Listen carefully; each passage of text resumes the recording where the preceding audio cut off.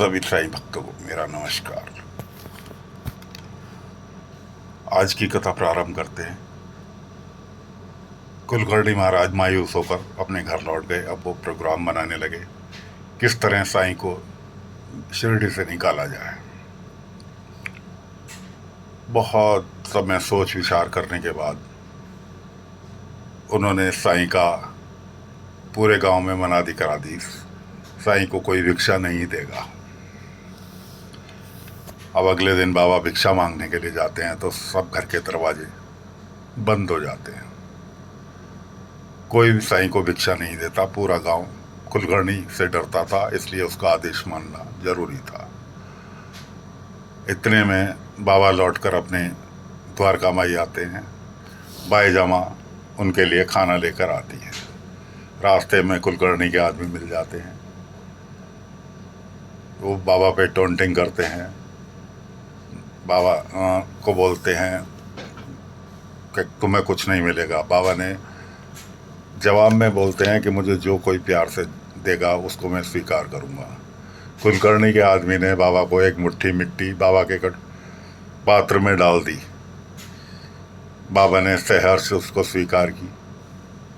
अब बाईजामा पहुंचती है खाना लेकर, प्रेशर देकर जबरदस्ती बाबा को खाना परोसती हैं। बाबा ने अपना जो उनका पात्र था वो बाईजामा के आगे कर दिया।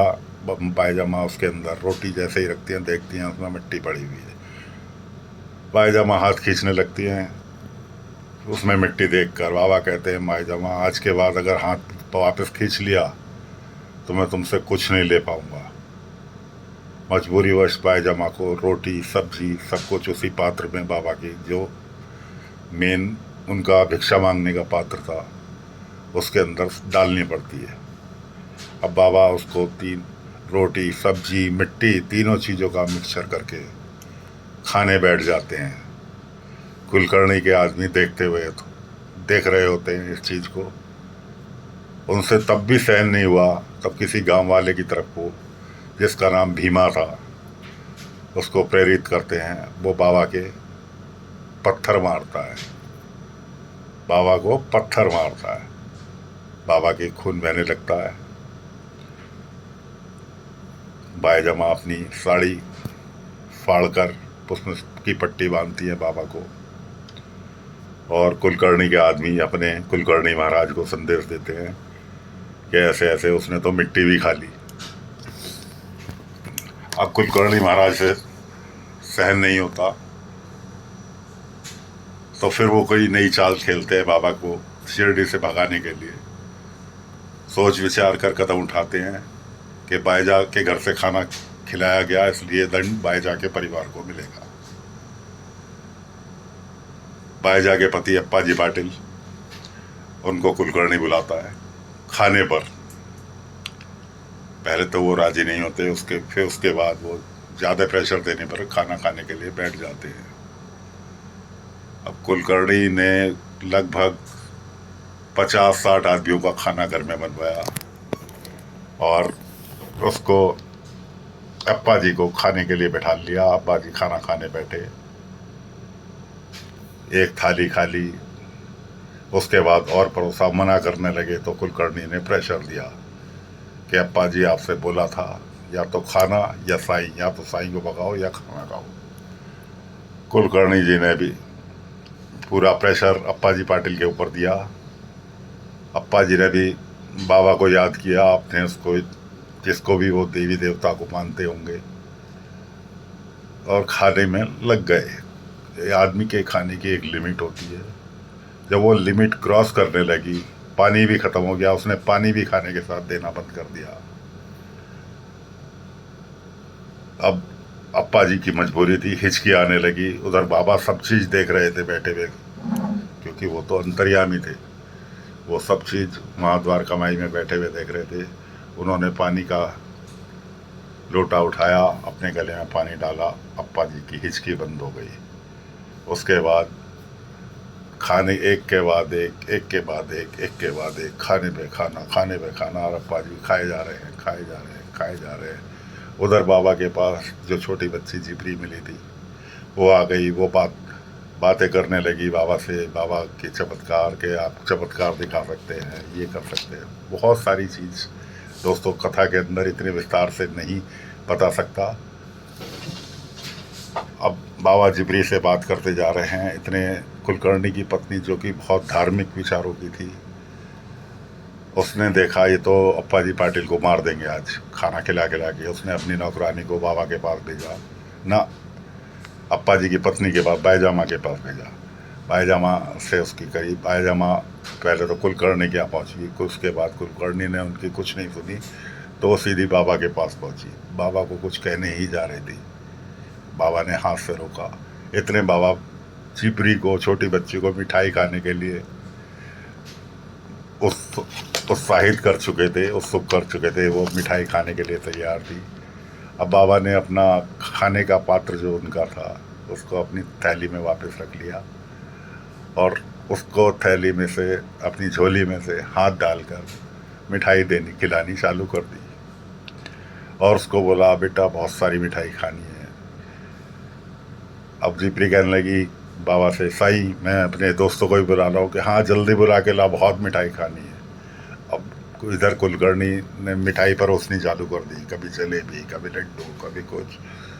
आप सभी दोस्तों ये समझ लो कि इधर कुलकर्णी बाबा को खिलाने में लगे हुए हैं और उधर बाबा झोले में से मिठाई, अपनी झोली में से मिठाई निकाल निकाल कर बच्चों को खिला रहे हैं, खाना खिला रहे हैं। अब बच्चे मिठाई खाकर आनंदित हो रहे हैं, उधर अप्पा जी सोच रहे हैं कि ये हो क्या रहा है कि इधर मैं खा रहा हूँ, मेरे को पता ही नहीं चल रहा कि मैं पेट में जा रहा है, कहाँ जा रहा है ये। उधर बाईजामा खड़ी भी तमाशा देख रही हैं बाबा का, इधर अप्पा जी खा के तमाशा देख रहे हैं, खाना खाए जा रहे हैं, उन्हें पता ही नहीं चल रहा। एंड यहाँ होता है, अंत यहाँ होता है उस खाने का कि कुलकर्णी महाराज के यहाँ 50-60 आदमियों का जो खाना पकवान तैयार किए गए थे वो अकेले अप्पा जी पाटिल खा गए। उस खाने की अंत यहाँ हुआ कि कुलकर्णी के यहाँ खाने में कुछ नहीं बचा, सब जितना खाना बनाया गया था। अब कुलकर्णी की बहन थी जो अपनी ससुराल से छोड़कर कुलकर्णी के पास ही रहती थी, वो कुलकर्णी की साजिशों में मदद किया करती थी। कुलकर्णी को अप्पा जी पाटिल बोलते हैं कि और लाओ खाना, और खाऊंगा आदि। लेकिन उधर कुलकर्णी के नौकरों के चेहरों पर निराशा, उधर कुलकर्णी की बहन के चेहरे पर निराशा, क्योंकि खाना पूरा ख़त्म हो चुका था। अब पूरा खाना ख़त्म होने का जब कुलकर्णी को संकेत मिला तो आप लोग समझ सकते हैं कि किसी की चाल अगर विफल हो जाए तो उसके चेहरे पर किस तरह की हवाइयाँ उड़ती हैं। हार के कुलकर्णी को कहना पड़ा अप्पा जी पाटिल से कि आज के खाना ख़त्म हो गया। अप्पा जी पाटिल बोलने लगे, खाना ख़त्म हो गया, ठीक है अब तो मैं उठ सकता हूँ। तो कुलकर्णी का जवाब था, हाँ इस बार तो मैं आपको छोड़े दे रहा हूँ, जाओ, अगली बार साईं की मदद की तो बहुत कैड़ी सजा दूंगा। इतना कह के अप्पा जी अपने घर की ओर रवाना हो जाते हैं। उधर आखिरी मिठाई बाबा के झोले में बचती है, वो जिपरी को देना चाहते हैं, लेकिन वो कहने लगी साईं मेरा भी पेट भर चुका है, अब मैं कुछ खाने की स्थिति में नहीं हूँ। तो बची हुई आखिरी मिठाई बाबा पक्षियों के लिए तोड़कर डाल देते हैं, तो उससे जिससे कि पक्षियों का भी पेट भरे। उसके बाद बाईजामा से पूछते हैं कि हाँ बाईजामा आप बताओ, कि वो अप्पा जी का नाम ही लेती हैं। उधर बाबा बाईजामा को संतावना देते हैं, सब ठीक है, कुछ नहीं हुआ अप्पा जी को, वो राजी खुशी घर पर तुम्हारा इंतज़ार कर रहे हैं। इस तरह से आज की कथा का यहाँ पर अंत करते हैं। दोस्तों कल फिर मिलेंगे नए कथा के साथ। बाबा की बहुत कथाएं हैं, मैं सारी ज़िंदगी भी आपको सुनाता रहूँ, बहुत कम पड़ेंगी मेरी ज़िंदगी, उसके लिए बाबा के रोज़ नए चमत्कार होते हैं। इसलिए आज की